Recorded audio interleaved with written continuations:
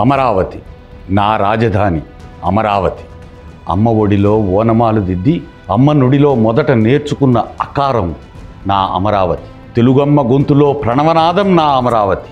నా రాజధాని అమరావతి.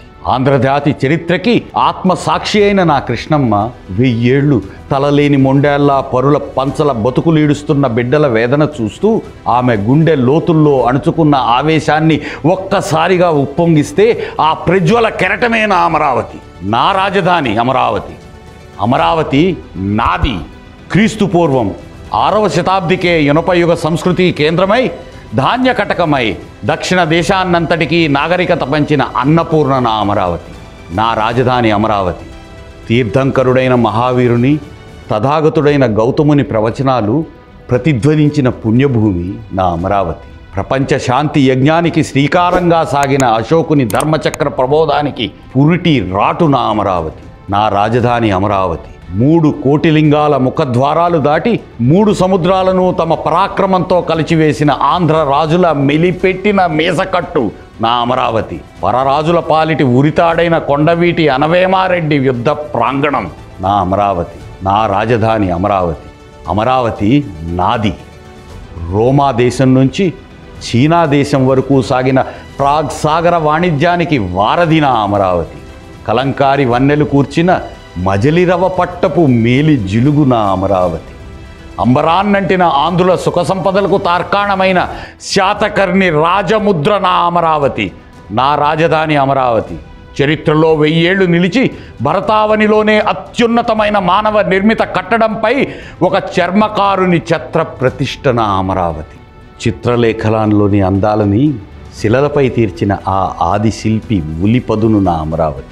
జానపదుల జీవన శైలికి అద్దం పట్టే గాథలతో భారతీయ కావ్యరచనకి వరవడి అయిన హాలుని గంటపు ములుకు నా అమరావతి.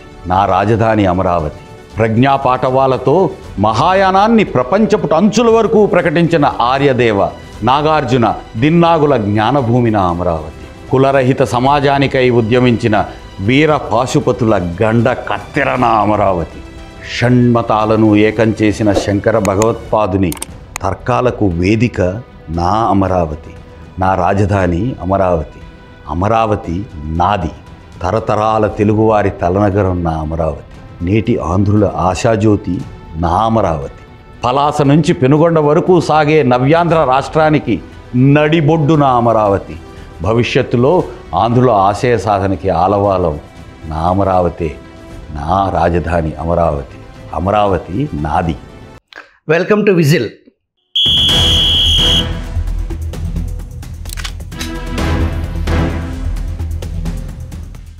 ప్రముఖ చరిత్రకారులు పాపినేని సాయి గారు విజిల్ ప్రేక్షకులతో ముచ్చటించడానికి మన ముందున్నారు.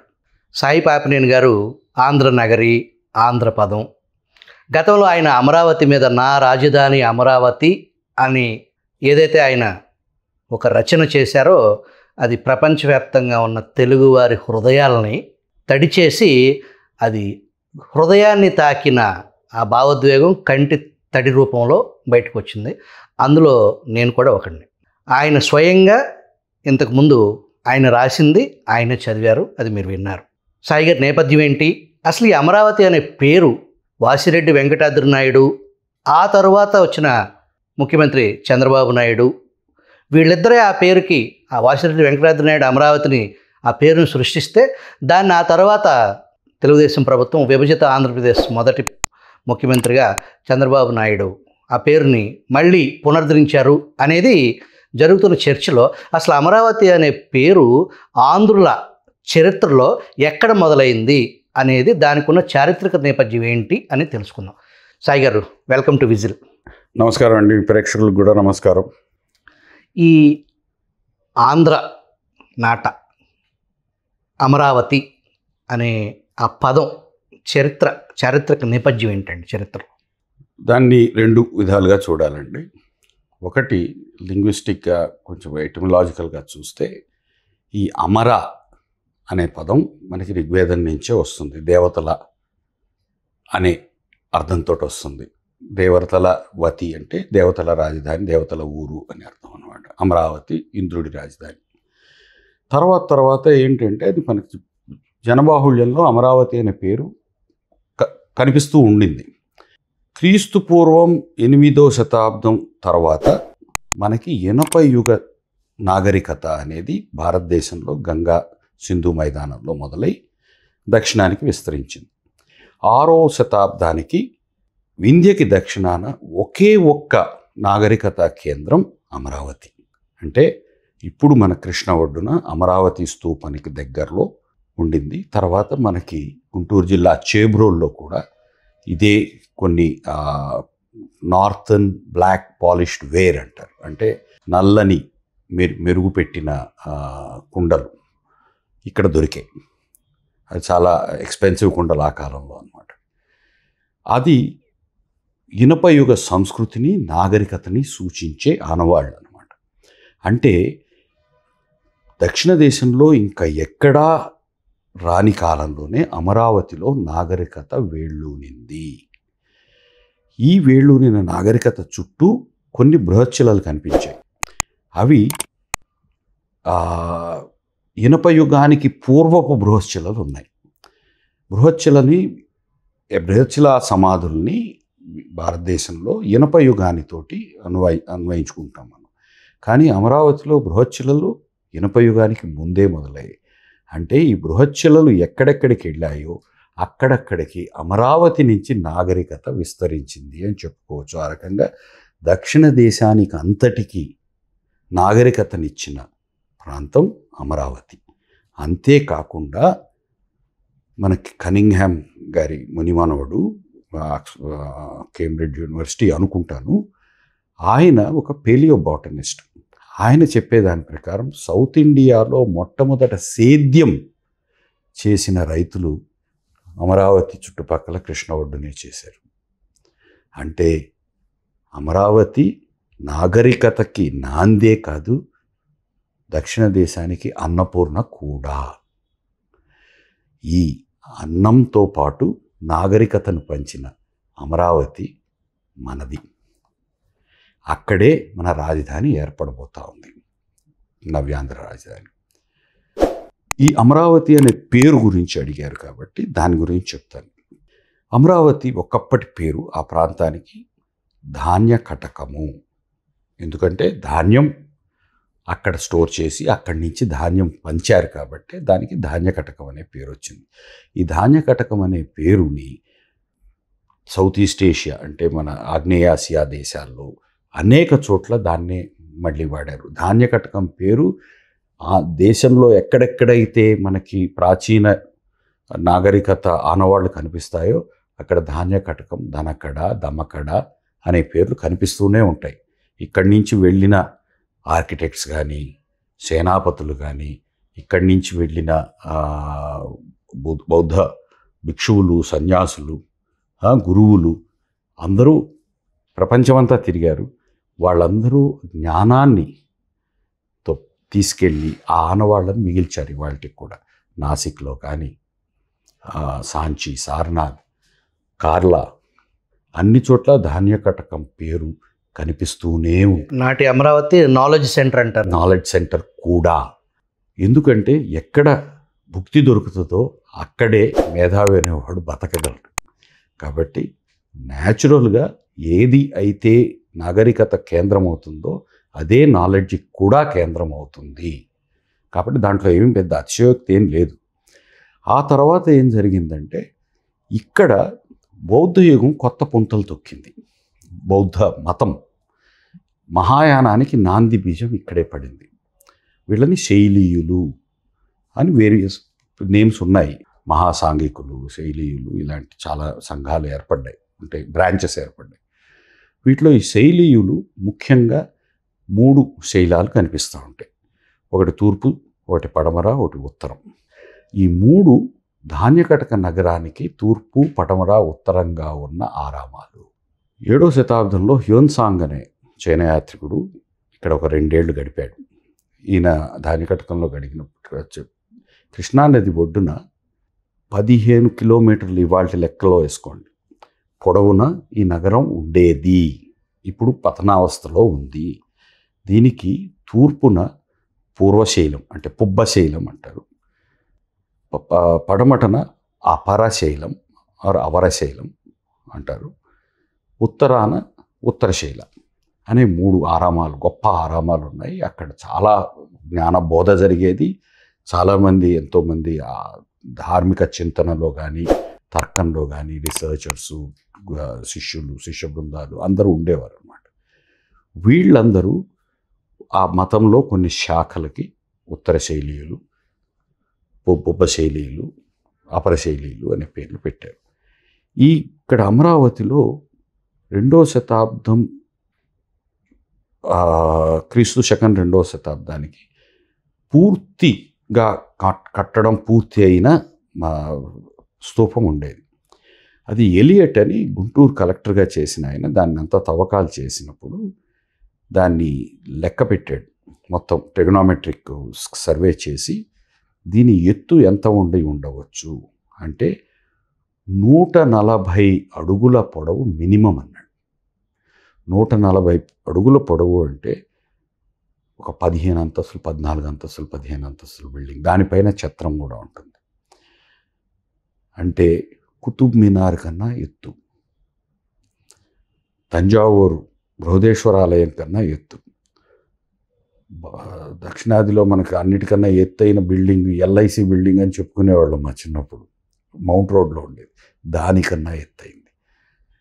అంటే ఈ ప్రాంతంలో ఆసియా ఖండం అనుకోవచ్చు, లేకపోతే భారతదేశమే అనుకుందాం, అత్యంత పొడవైన అంటే ఎత్తైన మానవ నిర్మిత కట్టడం అమరావతి. 1వ శతాబ్దం 2వ శతాబ్దంలో కంప్లీట్ అయితే మళ్ళీ కుతుబ్ మినార్ కట్టేదాకా, లేకపోతే రాజేంద్ర చోళుడి టైంలో బృహదేశ్వర ఆలయం కట్టేదాకా 1000 ఏళ్ల పాటు ఈ ప్రాంతంలో అత్యున్నత మానవ నిర్మిత కట్టడం అమరావతి స్తూపం. మన పాఠ్యపుస్తకాల్లో మనం చెప్పుకోం, గొప్ప కూడా చెప్పుకోం. అనవేమారెడ్డి తన దానశాసనంలో సహజ చిత్ర విన్యాసం అత్యున్నతం అని చెప్పాడు, చైత్యం అత్యున్నతం అని రాశాడు. అప్పట్లో ఇన్స్క్రిప్షన్ కూడా ఉంది. ఆయన చెప్పాడు ఇదే అన్నిటికన్నా ఎత్తైనది అని. రాతి మీద చెక్కిన శాసనం. అంత అది మనకి తెలుసు, మన వాళ్ళు ఎండార్స్ చేశారు, కానీ మన పుస్తకాల్లో కనిపిస్తుంది, మనం చెప్పుకోం. కానీ మనకి మోడర్న్ ఏజ్లో అమరావతి మనకు కనిపించేటప్పటికి అదొక మట్టి దిబ్బగా దొరికింది, దీపాల దిన్నె అని. ఈ దీపాల దిన్నెని డిస్కవర్ చేసింది వాసిరెడ్డి వెంకటాద్రి నాయుడు గారు. అప్పుడు ఆయన చింతపల్లి జమీందారు. అది ఒక చాలా నేపథ్యం చాలా ఫన్నీగా ఉంటుందన్నమాట. అదే టైంలో 1790లో పుర్రెల కరువు అని ఒక పెద్ద కరువు వచ్చింది. ఎంతోమంది చనిపోయారు, కోట్ల కొలది మనుషులు చనిపోయారు సౌత్ ఇండియాలో. ఎక్కడెక్కడో పాలమూరు, రాయచూరు, కర్నూలు ఈ ప్రాంతం నుంచి పొట్టగొట్టుకొని ఎంతోమంది వలస వచ్చారు. దేశం అంతా పుర్రెలు కనిపించాయంటారు వీళ్ళల్లో, అందుకే దానికి పుర్రెల కరువు అనేవాళ్ళు. మనిషి ముఖం చూస్తే అంతా ఎండిపోయి పుర్రెలాగా కనిపించేయంట మొహాలు. అంత పెద్ద కరువు వచ్చింది. ఆ కరువు వచ్చిన టైంలో జరుగుతూ ఉన్నది ఏంటి అంటే, ఒక పక్క టిప్పు సుల్తాన్ తోటి యుద్ధం జరుగుతూ ఉంది బ్రిటిష్ వాళ్ళకి, మరో పక్క మరాఠాలు బ్రిటిష్ వాళ్ళతో చేయి కలిపేశారు. ఇక నిజాం, హైదరాబాద్ నైజాం ఉన్నారు. హైదరాబాద్ నైజాం దగ్గరికి వెళ్ళి నువ్వు డొమినియన్ స్టేటస్ తీసుకో, నీ పరిపాలన నువ్వు చేసుకో, ఎందుకు యుద్ధాలు ఖర్చులు, ఆ యుద్ధాలు ఖర్చులు మేము చూసుకుంటాం, you become a British protectorate. ఆయన దానికి సంతకం చెయ్యాలి. ఆ సంతకం చేయంగానే బ్రిటిష్ ఫోర్సు సికింద్రాబాద్ కంటోన్మెంట్లో కూర్చోబెట్టాలి. అది మెడ్రాస్ ప్రెసిడెన్సీ నుంచి, మెడ్రాస్ ఇంజనీరింగ్ కోర్ వాళ్ళు, మెడ్రాస్ రెజిమెంట్ వాళ్ళు ఒక పెద్ద సైన్యం బయలుదేరింది. ఈ నిజాం సైన్యానికి 2 గొప్ప ఫోర్ట్రెస్లు అన్నమాట. అంటే స్థానాలు ఏంటి అంటే కొండపల్లి, కొండవీడు. సరిగ్గా దానికి దగ్గరలో ఉన్న డిస్ట్రిక్ట్ హెడ్ క్వార్టర్స్ అప్పట్లో గుంటూరు. సో వీళ్ళు ఏమన్నారంటే గుంటూరులో క్యాంటోన్మెంట్ పెడదాము అనే ప్రస్తావన వచ్చింది. అనగానే కొంతమంది ఆఫీసర్లు వచ్చారు మెడ్రాస్ నుంచి, వచ్చి గుంటూరు అంతా చేసి చూసి, ఇప్పుడు మన బస్ స్టాండ్ ఉంది చూసారు, గుంటూరు బస్ స్టాండ్, అది ఒక చెరువు. ఆ చెరువుకు అవతల గుంటూరు ఉండేది. ఇటు పక్కన అప్పటికి గుంటూరు ఇంకా ఎక్స్టెండ్ అవ్వాల, అంటే ఇప్పుడు పెద్ద పాత గుంటూరే గుంటూరు అప్పటికి. ఇటు పక్కన కొత్తపేట అని వాసిరెడ్డి వెంకటాద్రి నాయుడు తన భూముల్లో ఒక ఊరు స్టార్ట్ చేసి దానికి లక్ష్మీపురం అని పేరు పెట్టుకున్నాడు. అక్కడ దివాణం పెట్టుకున్నాడు. ఇప్పుడు కొత్తపేట ఉన్న ఏరియాలో అక్కడ మంచినీరు పడుతుంది. మనకి గుంటూరు చాంతాడు అనే ఒక ఇది ఉంది కదా, దాన్ని ఏమంటారు నానుడి, ఎంత చాంతాడు ఎంత పొడుగు అంటే నీళ్లు అంత కిందకి పోతే కానీ నీళ్లు దొరికేవి కావు గుంటూరులో. కానీ ఈ ఏరియాలో మాత్రం నీరు పైకే వస్తుంది. అందుకని ఇది కంటోన్మెంట్కి సరిపోతుంది అంటే ఇదేమో ఈయన వెంకటాద్రి నాయుడు గారిది, ఆయన అడగాలి అని కలెక్టర్ గారు పిలిపించారు. ఆయన ఆ కలెక్టర్ గారి పేరు ఆండ్రూ ర్యామ్. ఆ టైంలో ఈయన పిలిపించి అనగానే ఈయన కూడా చాలా హ్యాపీ. ఏమన్నా అంటే నాది చింతపల్లి జమీందారి, భూములు ఇక్కడ ఉన్నాయి, చింతపల్లిలో ఏమో నీరు ఎత్తు, అది కృష్ణ లెవెల్ కన్నా బాగా ఎత్తున ఉంటుంది అనమాట సత్తెనపల్లి వైపు. అంతదాకా నీరు రాదు, కొంచెం కిందకి వస్తే నాకు నీరు వస్తే ఉంటుంది, నేను అమరావతికి మార్చుకుంటాను. అమరావతి అని ఆయన పేరు పెట్టలే అప్పటికి. ఇంకా ఆయన ఏమనుకున్నాడు, అమరేశ్వర స్వామి గుడి దగ్గర నేను ఊరు కట్టుకుంటాను, నాకు అక్కడికి ఇచ్చేయండి, ఆ ల్యాండ్ ఇవ్వండి, కానీ ఒక 10-15 ఏళ్ళు, కరెక్ట్గా డేట్ నాకు కూడా తెలియదు, 10 ఏళ్ళు అనుకుంటాను, ఏదో ట్యాక్స్ ఎగ్జెంప్షన్ మాత్రం తీసుకున్నాడు. శిస్తు మీద ఒక ఎగ్జెంప్షన్ తీసుకొని ఈయన అక్కడ ఊరు కట్టుకుంటాను. ఈ ఏరియాలో ఇప్పుడు మీరు అడుగుతా ఉన్నారు కదా, క్యాంటోన్మెంట్ లక్ష్మీపురం ఏరియా గుంటూరు, నేను మీకు లీజు మీద ఇస్తాను, మీరు సంవత్సరం లీజు డబ్బులు కట్టండి. అంటే ఈయన అమరావతి కట్టేటప్పుడే ఇప్పుడు మన చంద్రబాబు నాయుడు గారు ఎట్లా ఆలోచిస్తారో అలాగే ఆలోచించాడు ఈయన కూడా. అమరావతి కట్టేటప్పుడే మన చేతికి మట్టకుండా, మన జేబులోంచి డబ్బులు పోకుండా సెల్ఫ్ ఎగ్జెంప్షన్ తీసుకొని పబ్లిక్ అది గవర్నమెంట్ నుంచి అప్పుడు లీజు. అది ఒక్కొక్కసారి హిస్టరీ రిపీట్స్ అంటారు చూసారా, అది చాలా చక్కగా కనిపిస్తూ ఉంటుంది. అందుకే నాకు ఒకసారి అమరావతి గురించి ఆలోచించేటప్పుడు ఇది ఈ మానవ మాతృలు అనుకున్న సంకల్పం కాదు, ఆ కృష్ణమ్మ సంకల్పం అనిపిస్తుంది. ఆ రకంగా ఆయన మొదలెట్టి ఆ 15 ఏళ్ళు ఇది లేదు. ఇంకోటి ఏం చేశాడంటే, ఈ దూరం నుంచి వచ్చిన ఫ్యామిలీస్ ఉన్నాయి చాలామంది, కరువులో కొట్టుకొచ్చిన వాళ్ళంతా ఇక్కడ, వాళ్ళందరికీ ల్యాండ్ ఇచ్చాడు.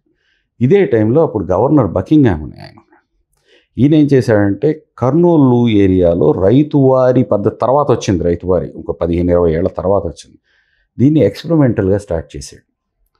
ఏంటి అంటే, నువ్వు వచ్చి పొలం చేసుకుంటే నీకే ఇస్తా పట్టా రైతుకి అనగానే ఈ ఏరియాలో రైతులందరూ నీళ్లు వచ్చే చోటకి వెళ్ళిపోయారు. ఈయనకి రైతులు లేరు, దున్నేవాళ్ళు లేడు.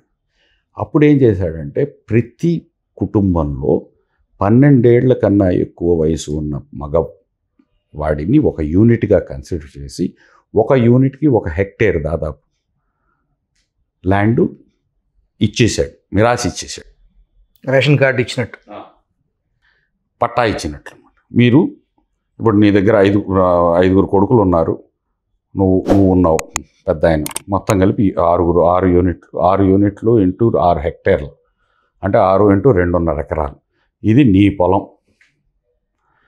నీవు ముందు పొలాన్ని రెడీ చేసుకొని సాగు మొదలెట్టి తర్వాత నాకు పన్ను కడుతూ ఉండాలి ప్రతి ఏడు. ఈ పన్ను కూడా మొత్తం ఆయన అక్కడ కట్టాల్సిన అవసరం లేదు, ఈ పన్ను ఈయనే. ఈ డబ్బులు ఎప్పుడైతే ఈ గుంటూరులో ఉన్న కలెక్టరేట్లో కానీ ఇక్కడ బ్రిటిష్ సర్కార్కి అవసరమైనప్పుడు, వేరే జమీన్లు ఉన్నాయి, మహల్వారి ఇక్కడ లేదు, జమీందారీ మాత్రమే ఉంది. ఈ జమీందారులు పన్ను శిస్తు కట్టలేకపోయేవారు. ఆ టైంలో ఇది ఆక్షన్కి వచ్చేది. అలా ఆయన పెంచుకుంటూ పోయాడు. వాసిరెడ్డి వెంకటాద్రి నాయుడు జమీన్లు ఎక్కడెక్కడ ఏ ఊళ్ళో లీలామహల్ సరస్వతి పిక్చర్ ప్యాలెస్ ఉంటుందో ఆ ఊళ్ళన్నింటిలో ఉండేది, విశాఖపట్నం నుంచి నెల్లూరు దాకా. లీలామహల్కి సరస్వతి పిక్చర్స్కి ఏంటి లింకు? రాజా వాసిరెడ్డి వెంకటాద్రి నాయుడి సంతానమే ఈ నవరంగ్ థియేటర్ కానీ, మన లీలామహల్ కానీ, గుంటూరు లీలామహల్ కానీ, సరస్వతి పిక్చర్ ప్యాలెస్ కానీ, నెల్లూరు లీలామహల్ కానీ, విశాఖపట్నం లీలామహల్, రాజా వాసిరెడ్డి అని ఇంటి పేరు వస్తుంది. అలాగే ముత్యాల రాజా. ముత్యాల రాజాది కొంచెం ముందు, వాళ్ళ ముత్యాల వైపు ఈ చింతపల్లికి ముందు కాలంలోనే అక్కడ జమీందారీ ఉండేది. తర్వాత వచ్చింది మాట రాజా వాసిరెడ్డి వెంకటనాయుడు. పెంచుకుంటూ వచ్చాడు, జమీన్ పెంచుకుంటూ వచ్చాడు, ఎన్నో పనులు చేయించాడు. మంగళగిరి, చేబ్రోలు, బాపట్ల, పొన్నూరు, ఇంకా గుళ్ళు, గోపురాలు కట్టించడం ఎన్నో కట్టించాడు. అది ఏంటి అంటే ఒక గుడి కట్టడం వల్ల ఏదో ధర్మానికి చేస్తున్నాము అని మీరు అది అనుకుంటారు, కానీ ఒక నిర్మాణము అనేది ఉపాధి కల్పిస్తుంది. ఆ ఉపాధి ఎప్పుడు కల్పిస్తుంది? పని లేనప్పుడు కనిపిస్తుంది. ఆ పనిని ఉపయోగించుకొని ఉపాధి ద్వారా ఒక ఎకానమీని బిల్డ్ చేయడం అనేది. ఇవాళ ఈ ప్రాంతం గుంటూరు కృష్ణా జిల్లాల ప్రాంతము అంత ప్రాస్పరస్గా ఉంది. అన్ని చోట్ల ఉన్నారు జమీందారులు, పాలెగారులు ఉన్నారు, కానీ ఇక్కడ ప్రాస్పరిటీ ఎక్కువగా ఉండడానికి కారణం ఆయన దూరదృష్టి అనుకోవాలి. కానీ ఆయన్ని మన హిస్టారియన్స్ డెమనైజ్ చేశారు. అమరావతి రాళ్ళన్నీ కొట్టేశాడు. అది కూడా ఒక అబద్ధమే. ఇప్పుడు వచ్చిన కొత్త దీనిలో ఏంటి అంటే ఆయన రాళ్ళు చూసి ఆ శిల్పాలన్నిటి గుడి దగ్గరికి మార్పించి 32 శిల్పాలు బండ్లకు కట్టించి గుంటూరుకు పంపించాడు. అవి మొట్టమొదట బయటకు వచ్చాయి. ఎవరికి? బ్రిటిష్ సర్కార్కి చూపించాడు. ఎందుకంటే మనం అప్పటికి బ్రిటిష్ రాజ్యంలో ఉన్నాం, ఎవరైనా సర్కారుకి పంపించాలి. ఆ పని ఆయన చేశాడు. చేసిన తర్వాత ఆయన మెకెన్జీ గారు వచ్చేసేసి మొత్తం అంతా సర్వే చేసి రాబర్ట్సన్ అని అప్పుడు బందర్ కలెక్టర్, ఆయన ఒక మార్కెట్ కడతా ఉన్నాడు. ఇప్పటికి కూడా దాన్ని రాబర్ట్సన్ మార్కెట్ అంటారు అన్నమాట ఏరియాని, కోనేరు సెంటర్ దగ్గర. అక్కడ ఈ మార్కెట్ కట్టడానికి ఈ బొమ్మలు బాగున్నాయి, నాకు పెద్ద బొమ్మలు కొన్ని పంపించు అంటే ఈయన ఏంటంటే ఒక లెక్క ప్రకారం డ్రాయింగ్ ఏమో మనకి మెకెన్జీ డాక్యుమెంట్స్లో ఉంటుంది, ఎన్ని పెద్దవి ఎన్ని చిన్న స్లాబులు పంపించాలి అని. ఆ తర్వాత ఏమైపోయింది తెలియదు.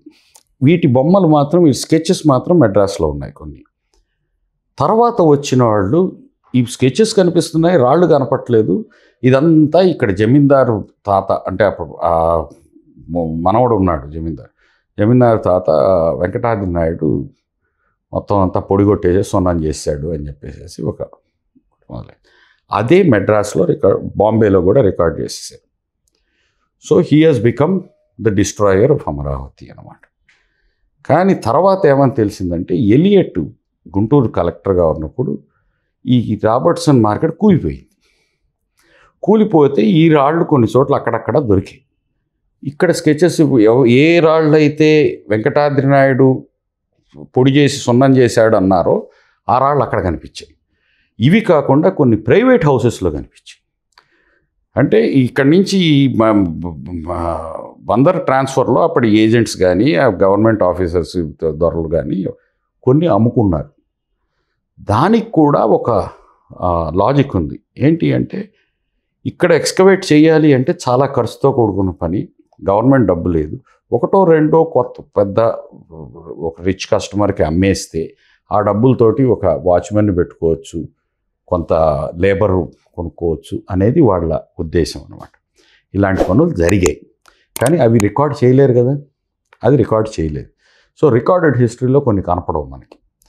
కానీ లాజికల్గా చూస్తే ఏ రాళ్ళైతే వెంకటాద్రి నాయుడు పొడి చేసి సున్నం చేశాడు అనుకున్నారో ఆ రాళ్ళు మళ్ళీ మెడ్రాస్ చేరుకున్నాయి. మెడ్రాస్ మ్యూజియం కూడా కాదులేండి, అదొక పెద్ద ట్రాజెడీ. అమరావతి అంటే ఒక పెద్ద ట్రాజెడీ. మద్రాసు చేరుకున్నాయి, చాలా రోజులు అక్కడ ఫోర్ట్ సెయింట్ జార్జ్లో గోడంబడి పడేశారు, పడున్నాయి. అక్కడి నుంచి లండన్ వెళ్ళాయి, లండన్లో వెళ్ళి గుర్రాల దొడ్లో పడేశారు. అక్కడ పేడలో వెంటలో అక్కడ ఒక 40 ఏళ్ళు అట్లా పడున్నాయి.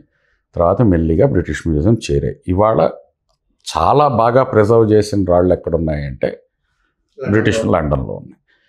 మెడ్రాస్లో ఒక 400 దాకా చేరాయి. వాటిని ఎక్కడ పెట్టాలి అంటే ఇక్కడ బాగలేదు, సెక్రటేరియట్ ఎదురుగుండా హాస్పిటల్లో ఒక ఆయన ఉన్నాడు అనమాట, సూపరింటెండెంట్, ఎగ్మోర్ హాస్పిటల్. ఆయన వీటి సంగతి చూడు, రాళ్ళన్నీ అక్కడికి పంపిస్తున్నాను, నీకు చాలా స్థలం ఉంది కదా పక్కన. ఆ రాళ్ళన్నీ తీసుకొని హాస్పిటల్లో ఒక బిల్డింగ్ కట్టించి, ఆ బిల్డింగ్లో అమరావతి రాళ్ల కోసం బిల్డింగ్ కట్టించి ఈ సిమెంట్ వేసి గోడ కంటించాడు. దాన్ని మెడ్రాస్ మ్యూజియంలో ఓల్డ్ బిల్డింగ్ నంబర్ 1 అంటారు. అమరావతి రాళ్ళు లేకపోతే మెడ్రాస్ మ్యూజియమే జరిగేది కాదు. ఈ అమరావతి రాళ్ళ కోసం మెడ్రాస్ మ్యూజియం కట్టారు మొదట. ఓల్డ్ బిల్డింగ్ అనేది ఇప్పటికి కూడా Amaravati collection old building number 1లో ఉంటాయి. ఆ తర్వాత మ్యూజియం ఎక్స్టెండ్ అయింది. ఎందుకంటే 400 రాళ్ళు ఒక గొప్ప సంపద మనది. తీసుకొని వెళ్ళి అక్కడ పెట్టారు. ఆ ఓల్డ్ బిల్డింగ్ నంబర్ 1 ఇప్పుడు మళ్ళీ ఓపెన్ చేశారు అంటున్నారు. నేను 2 సార్లు వెళ్ళాను. ఆ రాళ్ల మీద శిల్పాలేగా మీరు అనేది? శిల్పాలే, రాళ్ల మీద అద్భుతమైన శిల్పాలు. ఎందుకంటే అప్పటి రికార్డులో స్టోన్స్ అన్నారు, అందుకని నేను రాళ్ళు అంటున్నాను. అద్భుతమైన శిల్పాలు. Amaravati art school of art, Amaravati school of art, ఆ Mathura school of art, Gandhara school of art కంటే కూడా అమరావతి స్కూల్ ఆఫ్ ఆర్ట్కి ఎందుకు అంత ప్రాముఖ్యత? మొట్టమొదటండి ఆదిశిల్పి అమరావతి శిల్పి ఉబ్బెత్తుగా చెక్కారు. మనకి ఫ్రీ స్టాండింగ్ చాలా లేటుగా వచ్చింది అమరావతిలో. ఇంకోటి ఏంటంటే అమరావతి శిల్పాల్లో మొట్టమొదట బుద్ధుణ్ణి రిప్రజెంట్ చేయడానికి బుద్ధ పాదాలు, ఆయన కూర్చున్న సింహాసనం, తర్వాత ఇట్లాంటివి కొన్ని సింబల్స్ ద్వారా బౌద్ధాన్ని రిప్రజెంట్ చేస్తూ మొదటి చెట్టు ఇట్లాంటివి రిప్రజెంట్ చేస్తూ చేశారు. ముఖం చాలా తర్వాత వచ్చింది. బుద్ధ ప్రతిమ అనేది ఇంకా లేటుగా వచ్చింది. సో ఇదంతా చూసేటప్పుడు అసలు ఇంకో తమాషా ఏంటంటే ఆ టైంలోనే గ్రామీణ వాతావరణం, సిటీ మ్యాప్లు, సిటీలో ఒకదాని వెనకాల ఒకటి బిల్డింగ్లు ఉండేటట్లు, జీతవనం అంటారు, బుద్ధుడు ఉన్న వనం అన్నమాట, వర్షారామం, దాన్ని లేఅవుటు, ఇట్లాంటివన్నీ ఉన్నాయి. ఇవే కాకుండా జాతక కథల్లో స్టోరీస్ని అనమాట, మాందాత జాతకం అని ఇట్లాంటి ఆ స్టోరీస్ని కూడా పెట్టారు. ఇంకోటి ఏంటంటే ఇది చాలా పెద్ద స్తూపం, దానికి తోడు దాని చుట్టూ it was a gallery, walkway, railing type, ప్రదక్షిణ పదం అని ఉంది సార్. అదేంటంటే ఇటు నుంచి ఇట్లా నడుచుకుంటూ వెళ్తే మీరు బౌద్ధ జాతకాలు, బుద్ధుడి లలిత విస్తారం అంటారు అనమాట, బుద్ధుడి పుట్టుక నుంచి ఆయన మహాపరినిర్వాణం కథ అన్నీ ఉంటాయి అక్కడ. అవన్నీ చూసుకుంటూ నడవచ్చు. ఇటుపక్కన ఉంటాయి బొమ్మలు. అదే సిస్టమ్ని బోర్బొద్దూర్లో, జావా, ఇండోనేషియాలో ఫాలో అయ్యారు. అది చేసిన వాడు మన ధాన్యకటకం వాడే. సుధన అనే ఒక వర్తకుడి కుమారుడు అన్ని చోట్లకి వెళ్ళి ఒక 50 మంది పైన ఏంటంటే మంచి మిత్రులు అంటారనమాట, వాళ్ళందరినీ కలిసి అసలు ఏమిటి బౌద్ధంలో ఎసెన్స్ ఏంటి, ఉత్కృష్టమైన దశ ఏంటి అనే దాని గురించి అడుగుతూ తిరుగుతాడనమాట. ఈ కథని అక్కడ చెక్కారు.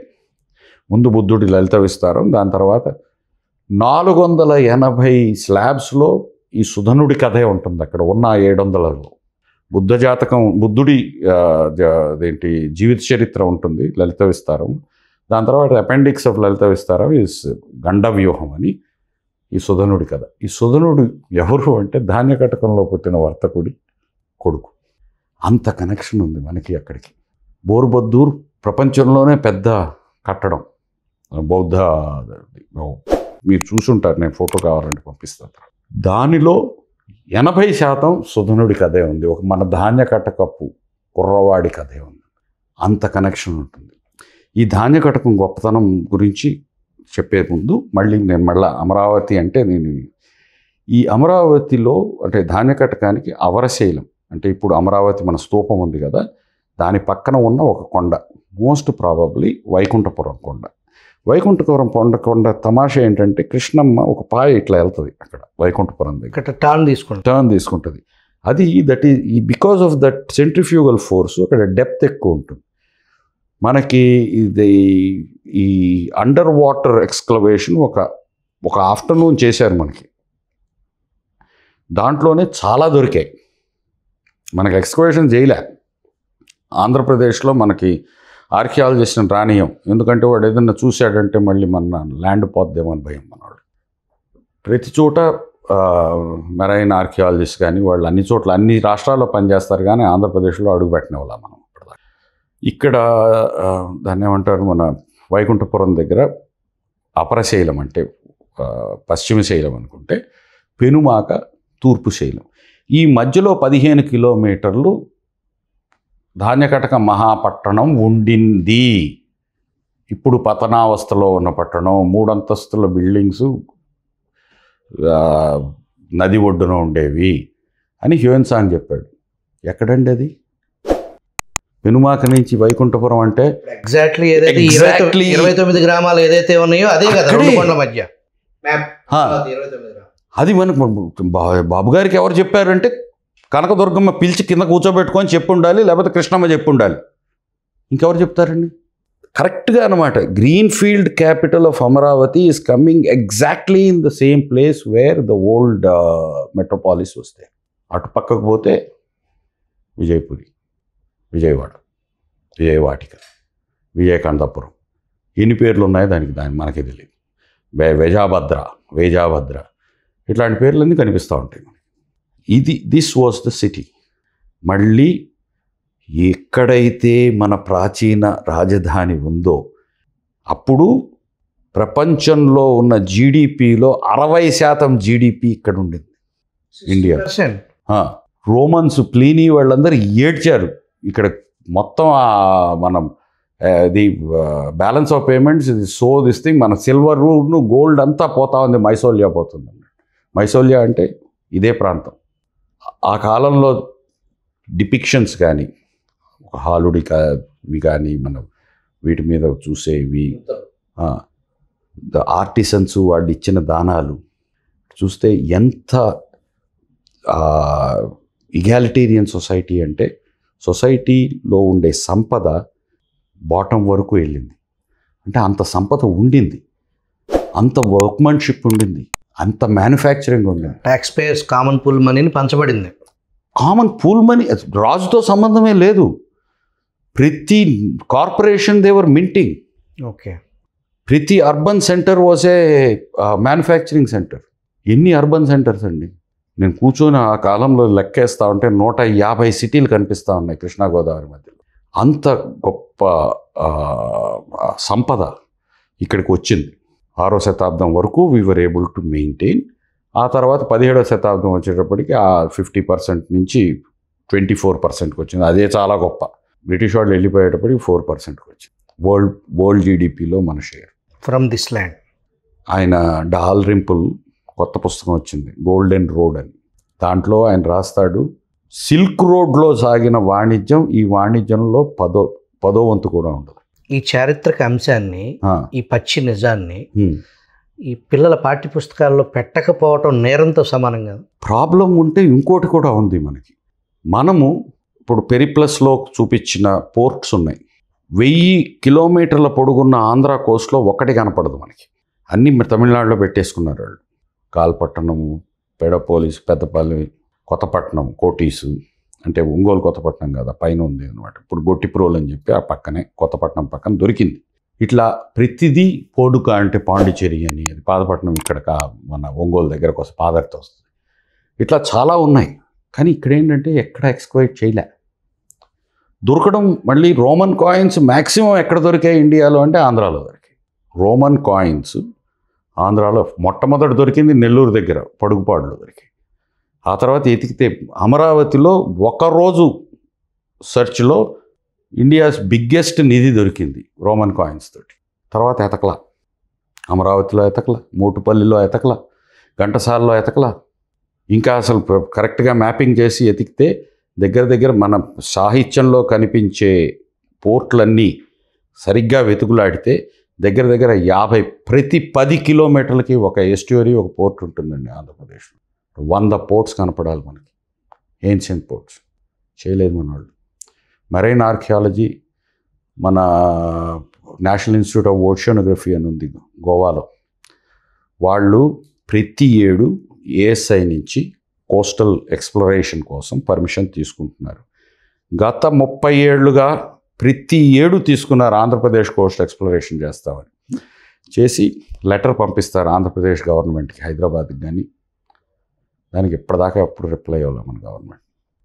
అదే ఎన్ఐఓ తంజావూరులో తమిళనాడు మ్యారిటైమ్ ఆర్కియాలజీ సెంటరు, ఒక ఇన్స్టిట్యూటు, స్టూడెంట్స్ని ఇచ్చి వీళ్ళకి ఒక లైబ్రరీ, వీళ్ళు వచ్చినప్పుడు వీళ్ళు ఉండడానికి రూమ్స్ అన్నీ కట్టించి ఇచ్చారు. బోట్లకి వాటికి వీళ్ళు ₹1 కోటి పెట్టుతారు గవర్నమెంట్. ₹1 కోటి, 20 లక్షలు చాలు అసలు ఆంధ్రాలో చేయాలి అంటే. ఎందుకంటే వాళ్ళు హైర్ చేసే బోటు కూడా మన కాకినాడ నుంచి వెళ్తుంది. ఒరిస్సాలో అదే పని చేశారు, మహారాష్ట్రలో అదే పని చేశారు. సెప్టెంబర్లో వాళ్ళు అక్కడ పర్మిషన్ వచ్చింది అనగానే ప్రతి ఎడ్యుకేషన్ డిపార్ట్మెంట్ నుంచి, ప్రతి స్టేట్ నుంచి ఒక డెలిగేషన్ ఐఏఎస్ ఆఫీసర్ వెళ్ళి గోవాలో కూర్చొని మా రాష్ట్రం రండి అంటే మా రాష్ట్రం రండి అని. ఇక్కడ ఉన్న 4 ప్రొఫెసర్ని 4 తన్నుకుపోతారు ఇక్కడికి ఎవరు. కానీ అదే నేషనల్ ఇన్స్టిట్యూట్ ఆఫ్ ఓషనోగ్రఫీకి, మినరల్ వెల్త్ ఎక్స్ప్లోరేషన్కి ఒక ఫుల్ క్యాంపసే ఇచ్చేసాం మనం విశాఖపట్నంలో. మనకున్న ఇన్ఫ్లుయెన్స్ ఏ రాష్ట్రానికి లేదు ఎన్ఐఓ మీద, అని మనకి ఇంట్రెస్ట్ లేదు. దానికి రాజకీయ కారణాలనే ప్రధాన కారణం. అవేర్నెస్ అండి. ఇంపార్టెన్స్ తెలీదు మనకి. మన రాష్ట్రం అన్నా, మన భాష అన్నా, మన సంస్కృతి అన్నా, మన చరిత్ర అన్నా గర్వం లేదు. భావదారిద్ర్యం, విచ్ ఇస్ వెరీ సాడెస్ట్ అనమాట. నేను ఒక ఇన్స్టెన్స్ చెప్తాను. 5 days బ్యాక్ జరిగింది. ఒక యూనివర్సిటీలో నా శిష్యుడు లాంటి కుర్రాడిని ఎంఏ ఆర్కియాలజీ హిస్టరీ చేయడానికి పంపించాను. మంచి ఇన్స్టిట్యూట్. ఫస్ట్ ఇయర్ అయిపోయింది. వాడు ఇక్కడ ఆంధ్రప్రదేశ్లో 2 మాన్యుమెంట్స్ మీద రిపోర్ట్లు తయారు చేసి ఇచ్చాడు. వాడు పార్ట్ ఆఫ్ హిస్ కరికులం అనమాట. అనగానే అక్కడ ప్రొఫెసర్ వైవా తీసుకుంటున్నాడు. Why are you doing everything from Andhra Pradesh అని అడిగారంట. అడిగితే కాసేపు ఆగి, can I ask you one question అన్నాడు. ఏంటి? If a student coming from Tamil Nadu does exploration in Tamil Nadu, will you ask the same question అని అడిగాడు. There was stunned silence. This is what the academy are doing in India. This is what the governments are doing. The educational secretaries initially were dominated by Tamils and North Indians. మన వాళ్ళు education డిపార్ట్మెంట్కి పోతే ఏడుస్తూ ఉంటారు IAS officers, especially ప్రైవేటైజేషన్కి ముందు. ఇప్పుడన్నా కాస్త ఏవో డబ్బులు ముడుతున్నాడు. This is the problem. ఈ అమరావతి శిల్ప సంపదని లండన్కి తరలించడానికి చీరాల బందర్ పోర్ట్ కాకుండా ఇంకేమైనా వాడారా? బందర్ నుంచే వెళ్ళాయి చీరాల దాకా. అప్పటికి అంటే మీకు ఫస్ట్ లాటు ఎలియట్స్ మార్బుల్స్ అంటారు వాటిని. ఎలియట్ అని 1840లో గుంటూరు కలెక్టరు మొదట అన్నీ చేసి ఇది చేసి పెట్టాడు, లేబుల్ చేసి పెట్టాడు. వాటిని మెడ్రాస్ పంపించారు. అవి ఫోర్ట్ సెయింట్ జార్జ్లో పడున్నాయి చాలా రోజులు. పడుంటే ఇది కాదు, ఇక్కడ ఇండియాలో అనాగరికులు వీళ్ళకి ఏమర్థమవుతుంది, ఇంత గొప్ప శిల్ప సంపద, రాజధాని లండన్, అప్పుడు మనందరికీ రాజధాని లండనే. రాజధానిలో పెడితే మేధావులు మిగతా వాళ్ళు అందరూ చూస్తారు, అక్కడ పెడదామని చెప్పి అప్పుడు హెన్రీ కోల్ అని ఉన్నారు. ఆయన ఇప్పుడు విక్టోరియా ఆల్బర్ట్ మ్యూజియం సంస్థాపకుడు. విక్టోరియా రాణి హస్బెండ్ ఆల్బర్ట్, ప్రిన్స్ ఆల్బర్ట్కి మంచి దోస్తు. ఆయన మొట్టమొదట అమరావతి శిల్పాలని ప్యారిస్లో ప్రదర్శించాడు. అలాగే అమరావతికి పాపులారిటీ వచ్చింది ప్రపంచంలో. అందరూ ఇదేంటిది ఈ ఆర్టు అని, ఎవరు ఎట్టు చెక్కారు రాతి మీద ఇంత అందంగా అని. దాని గురించి ఒక ఆర్కిటెక్ట్ ఒక ఆయన ఉన్నాడు అనమాట. ఈయన జోన్స్కి మంచి అతనే చేశాడు. He wrote a book. ఇప్పటికి కూడా చాలా అన్ని బొమ్మలు పెట్టి ప్లేట్స్ తోటి తీసిన snake and tree and snake worship of India అని చెప్పేసి పుస్తకం ఉంటుంది మనకి. ఇక్కడ దొరుకుతుంది మనకి. నా దగ్గర దొరకలేదు. ఒకటే ఒక పుస్తకం ఉంటే ఎట్లా పోయిందో తెలియదు. అది చాలా రోజుల క్రితం. ఆ టైంలో లండన్కి తీసుకొని వస్తామని చెప్పేసి లండన్కి షిప్లో వేసి పంపించేశాక ఎలియట్కి తెలియదు లండన్ వెళ్ళాయని కూడా. మెడ్రాస్ పంపించాను అనుకుంటున్నాడు. మెడ్రాస్ నుంచి వెళ్ళిపోయాయి. ఎలియట్ రిటైర్ అయిపోయి అక్కడికి వెళ్ళిన తర్వాత కూడా తెలియదు. ఈ ఎగ్జిబిషన్కి బొమ్మలు అంటే ఇక మెడ్రాస్ నుంచి పంపించమన్నారు. మెడ్రాస్ ఏంటి, మేము లండన్ పంపించేశాగా అన్నారు. చూస్తే అక్కడ పోర్ట్లో క్వే సైడ్ కింద పడేసి ఉన్నాయండి బురదలో. అవి తెచ్చుకున్నారంట. తెచ్చుకొని అక్కడ ఇండియా హౌస్ అని ఒకటి ఉంటుంది. దాంట్లో వెనకాల ఈ గుర్రాలకి వాటికి కార్ట్స్ అవి పెట్టుకోవడానికి ఉంటాయి, గరాజులు ఉంటాయి కదా, పెద్ద పెద్ద గరాజులు ఉంటాయి. అక్కడ పడేశారు. ఆ డబ్బాల్లో వచ్చాయి, ఆ డబ్బాలు అట్లాగే తీసి అక్కడ పడేశారు అనమాట. మూటల్లో వస్తాయి. అక్కడ ఏముంటుందండి, పేడ. ఫైనల్గా ఫెర్గూసన్ అంటే ఈ ఆర్కిటెక్ట్ సంగతి చెప్పాను కదా, ఫెర్గూసన్ అక్కడ దొరికితే ప్యారిస్లో ఎగ్జిబిట్ చేశాడు. ఆ తర్వాత వాటిని మెల్లిగా ఇండియా మ్యూజియం నుంచి బ్రిటిష్ మ్యూజియంకి మెల్లిగా వచ్చాయి. అది ఒక సెట్. తర్వాత సెట్ మెడ్రాస్ వెళ్ళి ఫోర్ట్ సెయింట్ జార్జ్లో పడి ఉంటాయి చాలా రోజులు. తీసుకొని వెళ్ళి ఎగ్మోర్లో పెట్టండి. Egmore was the rail head also. తీసుకొని వచ్చి ఎగ్మోర్లో పెట్టండి అంటే అక్కడ హాస్పిటల్లో ఒక బిల్డింగ్ కట్టి దాంట్లో పెట్టారు. అదే మెడ్రాస్ మ్యూజియం అయిన తర్వాత. ఇప్పుడు ఈ ఇండియన్ సబ్ కాంటినెంట్లో ఈ మధుర, గంధార, అమరావతి ఈ 3 ఆర్ట్ స్కూల్స్ ఏకకాలంలోనే గ్యాప్ ఉందా ఈ మూడింటికి? Amaravati first phase maybe about 300 ఏళ్ళు ముందు. Gandhara was around the same time, probably కొంచెం అర్లీగా కూడా అయి ఉండొచ్చు. ఎందుకంటే Gandhara is influenced by the Greek sculpture. ఆ ఏరియాలో ఆ గ్రీక్ స్కల్ప్చర్ ఇన్ఫ్లుయెన్స్ అమరావతి మీద కూడా తర్వాత కనిపిస్తుంది. సెకండ్ లెవెల్లో మొత్తం 5 phases అని చెప్తారు ఆర్ట్ హిస్టారియన్స్. అమరావతి స్కల్ప్చర్ అదే పరిణామక్రియలో చూస్తే, క్రమంలో చూస్తే 5 phases చూపిస్తారు. ఈ చర్మకారుడు మాదిగ కులానికి సంబంధించిన ఒక ఏంటండి కులాలు అనేవి మనకి సెన్సస్కి రాకముందు ఎవ్వడికి ఏ కులము లేదు. ఎందుకంటే మన కులము అనేది జన్మతః రాలేదు, ఎండోగమీ వల్ల వచ్చింది. నేను ఎవరు అంటే నాకెవరు పిల్లనిస్తారు అనే దాని మీద నా కులం ఆధారపడి ఉంటుంది, కానీ నేను ఎక్కడ పుట్టాను అనేది కాదు. ఈ ఊరు వదిలి ఇంకో ఊరు వెళ్ళి 10 మాటలు నేర్చుకుంటే, కాస్త లెక్కలు నేర్చుకుంటే ఇంకో ఇంట్లో చేరుతాను, ఒక పని నేర్చుకుంటూ ఇంకో ఇంట్లో చేరుతాను.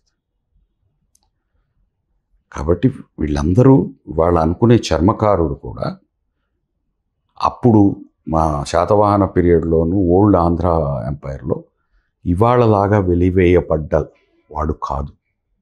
అగ్రేరియన్ సిస్టము బాగా పాతుకుపోయాకే ఇవన్నీ వస్తాయి. ఎందుకంటే అగ్రేరియన్ సిస్టంలో rural redistribution of surplus is based on మన కొలుపులు అంటాం చూసావా, పంట చేతికి వచ్చినప్పుడు కొలుస్తూ ఉంటారు. That rural redistribution of surplus is based on the service provided by that particular caste. You have to get it at the end of the year, you have to stick to your service for the entire year. బయటికి వెళ్ళే ఆస్కారము అవకాశం ఉండేది కాదు. అంతా బతుకు తెరువు కోసం కులాలే కానీ పుట్టుక వల్ల కాదు. అమరావతి చరిత్రలో చర్మకారుడు చేసిందే అదే. చర్మకారుడు ఆయన, కానీ నా తండ్రి ఉపాధ్యాయుడు అన్నాడు. భార్యా సమేతంగా బిడ్డలతోటి అందరితోటి వచ్చి అది ప్రజెంట్ చేశాను అని అన్నాడు. చర్మకారుడే, ఆయన డిసెండెంట్సే అయి ఉండొచ్చు. నేను ఆ పదం ఎందుకు వాడానంటే ఈ తరం ఇప్పుడున్న యువతకి ఈజీగా అర్థమయ్యేలాగా. అవును, చర్మకారుడు అంటే అదేదో అనుకుంటారు. ఇప్పుడు వాస్తవానికి బెదవాడలో చూసినా, మీరు మహానగరాల్లో చూసినా అగర్వార్నలే ఈ చెప్పుల షాపులు ఓనరు. అదే కదా. ఇప్పుడు చెప్పుల షాపు ఓనర్షిప్ మనకి అక్బర్ ది తర్వాత మోడర్న్ మన పాపులర్ షూ మార్ట్స్ విజయవాడలో. ఒక ఇన్వెస్టరు, ఆంటర్ప్రెన్యూరు డబ్బులు ఎక్కడి నుంచి వస్తాయండి? అగ్రికల్చర్ సర్ప్లస్ నుంచి వస్తాయి. The working class comes with the skill. ఆ స్కిల్ డెవలప్ చేసుకున్నవాడు పైకి వస్తాడు. సర్ప్లస్ జాగ్రత్త చేసుకున్నాడు ఆంటర్ప్రెన్యూర్ అవుతాడు. అందాకెందుకండి, ఇది ఒకటి చాలా ఇంపార్టెంట్ ఇష్యూ. మన చరిత్రకారులు రాయలేదు. అనే పదం ఉంది, తెలుగు పదం. అది గోమటేశ్వరుడి నుంచి వచ్చింది, ఒకప్పుడు జైనులు అని కొంతమంది చెప్పారు.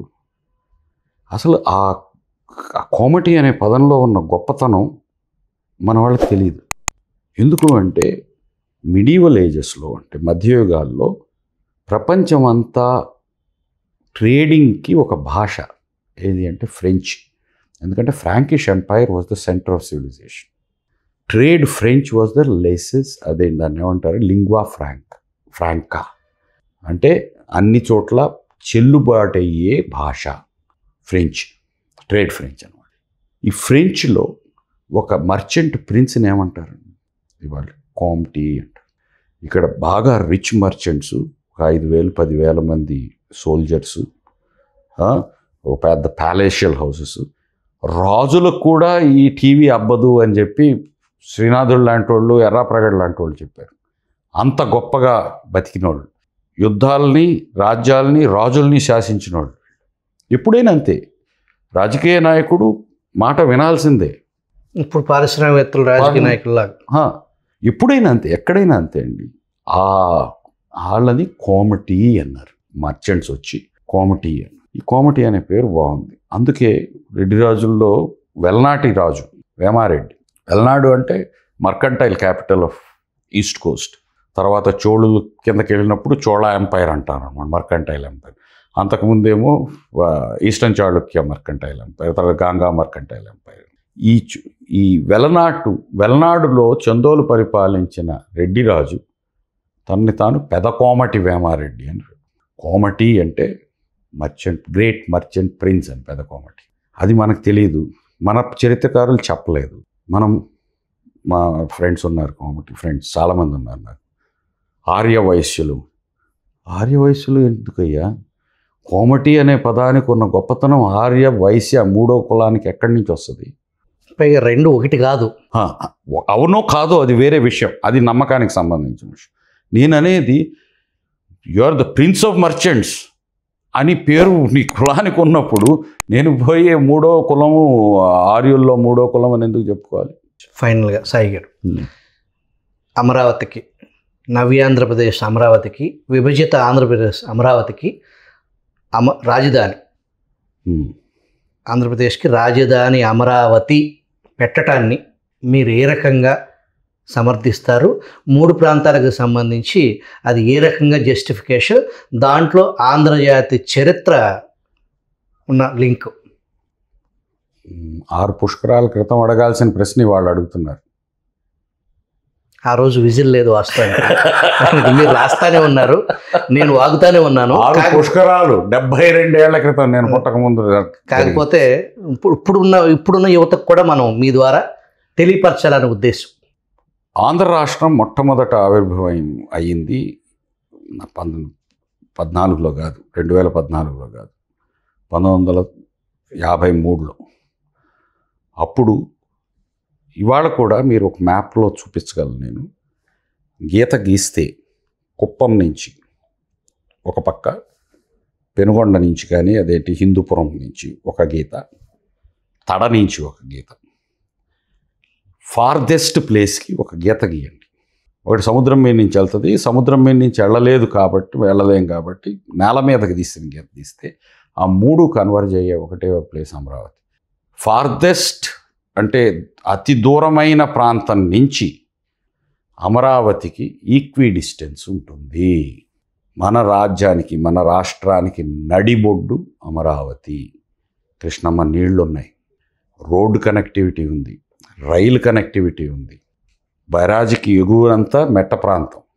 మీకు అమరావతి ఇప్పుడు ఒకవేళ గుంటూరు కృష్ణా మధ్యలో కట్టమని చెప్పి అప్పుడు వాంగ్చూ కమిషన్ చెప్పినప్పుడు కూడా గ్రాండ్ ట్రంక్ రోడ్డుకి వెస్ట్లో కట్టుకోమన్నాడు. ఎందుకంటే అది బెరాజ్కి ఎగువ, ఇరిగేటెడ్ ల్యాండ్ కాదు. ఇరిగేటెడ్ ల్యాండ్ అంతా కింద ఉంది. గ్రాండ్ ట్రంక్ రోడ్ అంటే మంగళగిరి నుంచి బ్యారేజ్కి వచ్చే రోడ్డు. అప్పటికి ఈ రోడ్డు లేదనమాట, ఇప్పుడు మనకు వారధికి వచ్చే రోడ్డు లేదు కాబట్టి. అప్పుడే చెప్పిందండి ఇది 53లో. దాన్ని వేరియస్ పొలిటికల్ రీజన్స్, ఇక్కడ ఉంటే ఆంధ్రులు డెవలప్ అవుతారు అనే ఒక భయం అని మనం పోయి హైదరాబాద్లో పెట్టుకున్నాం. తెలుగువాడి కర్మ కాదండి అది. నీ రాజధానికి నువ్వు వెళ్ళి నువ్వు ఆటో ఎక్కాలంటే హిందీలో, వారు ఉర్దూలో మాట్లాడాలి, హిందీలో మాట్లాడాలి. ఏ భాష, ఏ జాతికైనా ఇంత భాషా దరిద్రం ఉందా అండి? నా రాజధానికి నేను వెళ్ళి నా భాషలో నేను మాట్లాడలేను. సినిమా టికెట్ కావాలంటే హిందీలో అడుక్కోవాలి, ఆటో రిక్షాని హిందీలో అడుక్కోవాలి. హిందీ కాదు, ఉర్దూ అనుకోండి. ఇప్పుడు కొద్దిగా మారింది, కానీ ఐటీ ఈ పిల్లలు అంటే వ్యవహారం వచ్చారు. మామూలుగా అయితే మీరు చెప్పిన, నాకు తెలిసిన హైదరాబాద్లో కూడా హిందీ లేకపోతే, ఉర్దూ కానీ అట్లీస్ట్ హిందీ రాకపోతే, నాకు అన్ని భాషలు మామూలుగా వచ్చేస్తాయి. హైదరాబాద్ వెళ్తే నేను బయటకు వస్తే నాకు తెలుగు రాదు. బెంగళూరు పోతే తెలుగులో మాట్లాడతాను నేను. మెడ్రాస్ పోతే తెలుగులో మాట్లాడతాను, వేరే భాష మాట్లాడను. హైదరాబాద్ వస్తే తెలుగు రాదు, ఏదో కొట్టేసినట్టు, నాలుగు పోసేసినట్టు. నెక్స్ట్ అమరావతి. సో ఈ అవరశైలమే అపరశైలము అమరశైలము అయ్యింది. అందుకే అమరశైలం పక్కన వచ్చిన గుడి కూడా అమరేశ్వరుడు అయ్యాడు. అదే అమరావతి. అందుకే 10వ శతాబ్దానికి సౌత్ ఈస్ట్ ఏషియాలో కానీ, మన ఆంధ్ర సంస్కృతి విస్తరించిన ప్రాంతాలు మరాఠవాడాలో కానీ, ఇటు పక్క నుంచి ఇటు వెళ్తే వియత్నాంలో కానీ, బర్మా థాయిలాండ్ బార్డర్లో కానీ అమరావతులు చాలా వెలిసాయి. బర్మా నుంచి థాయిలాండ్కి వెళ్ళే మేజర్ హైవే ఆ సాల్విన్ రివర్ దాటే చోట ఆ ఊరు పేరు మ్యావద్ది అంటారు. అది ప్రొనౌన్సియేషన్లో, బర్మీస్ ప్రొనౌన్సియేషన్లో మ్యావద్ది అయింది. అది అమరావతి మ్యావద్ది అయింది. వాళ్ళు అక్కడ ఉన్న టెంపుల్, అంటే బుద్ధిస్ట్ స్తూప అండ్ టెంపుల్ని గోల్డెన్ పగోడా ఆఫ్ అమరావతి అనే రాసి ఉంటుంది. అలాగే డానాంగ్ అనే ఊరుంది, major city, IT capital of వియత్నాంలో. ఇంటర్నేషనల్ ఎయిర్పోర్టు అన్నీ ఉన్నాయి, ఇక్కడ నుంచి డైరెక్ట్గా మనం వెళ్ళొచ్చు. డానాంగ్ పాత పేరు ధనక్కడ, ధాన్యకటకం. వాళ్ళే రాసుకున్నారు. క్వాంగ్నామ్ చరిత్ర మీద నా దగ్గర పుస్తకంలో ఉంది, కావాలంటే మీకు ఎప్పుడైనా చూపించమంటే చూపిస్తాను. ఆ ప్రాంతం పేరు, ఆ ప్రావిన్స్ పేరు క్వాంగ్నామ్. నామ్ అంటే ప్రాంతం. ఈ క్వాంగ్నామ్కి పాత పేరు అమరావతి. అంటే 10 శతాబ్దాలకు ముందే అమరావతి అనే పేరు, ధనకడ అనే పేరు కలిసి వెళ్ళే, తీరం దాటి. అది కొత్తగా వచ్చిన పేరు కాదు. అమరేశ్వరం, అమరావతిపురం. అమరావతి అనే పేరు కూడా పాతదే, ఎందుకంటే అది మనకి ఇంద్రుడితోటి సంబంధం ఉన్న పేరు. కాబట్టి అమరావతి అనేది ఇప్పుడు మన ఒక ఊరు పేరుకి పురము, నగరము ఏదో చెప్తూ ఉంటాం కదా, అట్లా. మహారాష్ట్రలో కూడా ఒక అమరావతి ఉంది. అదే మహారాష్ట్ర, అది మరాఠవాడ అండి. అది ఆంధ్ర, మొదటి నుంచి ఆంధ్ర శాతవాహన ఎంపైర్ కింద వచ్చిందే కదా, ఆ పక్కనే కదా మన ప్రతిష్టానం. సో తెలుగు భూభాగం శాతవాహన భూమి. ఆంధ్ర భాష ఒకప్పుడు ఉన్న భాష ఇదే అన్నమాట, ప్రాంతమే. ఆంధ్ర భాష నుంచే పుట్టుకొచ్చినవి తెలుగు, కన్నడ, మరాఠీ, కొంతవరకు సౌరాష్ట్రం, గుజరాతీ, ఆంధ్రము అనేది చాలా ఓల్డ్. తెలుగు అంత పాతది కాదు. మన ఆది భాష కానీ, ఆది సంస్కృతిని కానీ ఆంధ్ర సంస్కృతి అని అంటారు. శాతవాహనుల్ని ఆంధ్ర శాతవాహనులు అన్నారు, కానీ తెలుగు శాతవాహనులు అనలేదు అక్కడ. ఆంధ్ర పదం భారత ఉపఖండంలో మొట్టమొదటి లిపి, దానికి సంబంధించిన బ్రహ్మి లిపికి సంబంధించి ఆంధ్ర అనే శబ్దం ప్రపంచవ్యాప్తంగా ఎక్కడెక్కడ ఉంది. దాదాపు న్యూజిలాండ్ నుంచి 4000 కిలోమీటర్లు ఉన్న దీవిలో ఈ ఆంధ్ర శబ్దం అనేది అక్కడ ఎందుకు ఉంది, ఇవన్నీ మరొక ఎపిసోడ్లో తెలుసుకునే ప్రయత్నం, లేకపోతే చాలా తప్పకుండా ఇంకో రోజు కూర్చుందాం. మీ ముందుగా ఇంత ఓపికగా విన్న వాళ్ళకి, మీ వ్యూవర్స్కి మరోసారి నమస్కారం. ఈ అవకాశం ఇచ్చినందుకు మీకు ధన్యవాదాలు. పాపినేని సాయి గారు ఈసారి ఎపిసోడ్లో పాపినేని సాయి గారి నేపథ్యం ఏంటి అనేది, ఆయన ఎందుకు ఈ చరిత్రలో ఇంత లోతుగా పరిశోధన చేసి చాలా రచనలు చేయగలిగారు. ఆంధ్ర నగరి, ఆంధ్ర పదం. సాయి గారు ఒక చరిత్రకారులుగా విజిల్ స్టూడియోకి వచ్చి మరిన్ని ఎపిసోడ్లుగా చేస్తూ ఈ తరం యువతని మేల్కొల్పేదానికి, మనం ఉన్నా లేకపోయినా ఈ డిజిటల్ రికార్డ్ అనేది ఆంధ్రులకి భవిష్యత్తు తరాలకి ఇది ఒక రెఫరెన్స్ లాగా పనికొస్తుందనే ఉద్దేశంతో ఈ చారిత్రక నేపథ్యాన్ని డిజిటల్ రికార్డ్ చేయాలనే ఒక ఉద్దేశంతో ఈ నిజాలని ప్రపంచానికి తెలియపరచాలి, దాన్ని భద్రపరచాలి అనే సదుద్దేశంతో సాయి పాపినేని గారు విజిల్ ఛానల్తో నడుస్తున్నందుకు మీకు ప్రత్యేక ధన్యవాదాలు సార్. నమస్తే.